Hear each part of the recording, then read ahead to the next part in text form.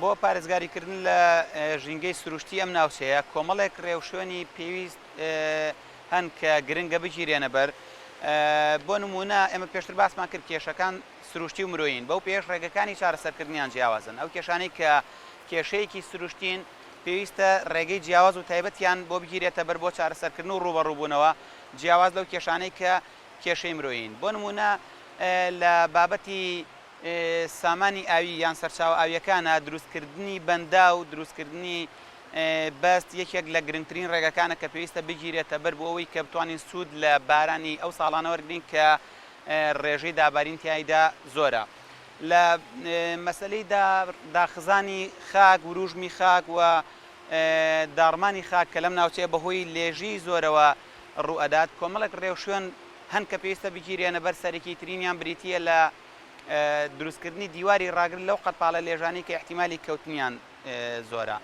لە کێشە مرۆییەکانە بێگومان پێویستە هەندێک ڕێگا و شوێنی جیاواز بگیرێتە بەر جیاواز بەوەی کە لە وشیارکردنەوەی هاوڵاتیەوە دەست پێ بکات تا سەپاندنی سزا.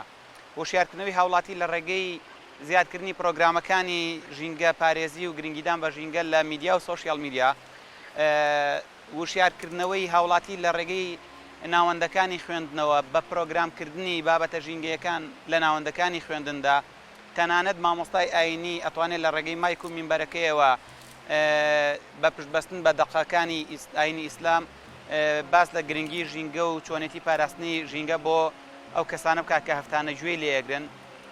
جگە لەمە پێویستمان بۆیە کە بەڕاستی جۆرێک لە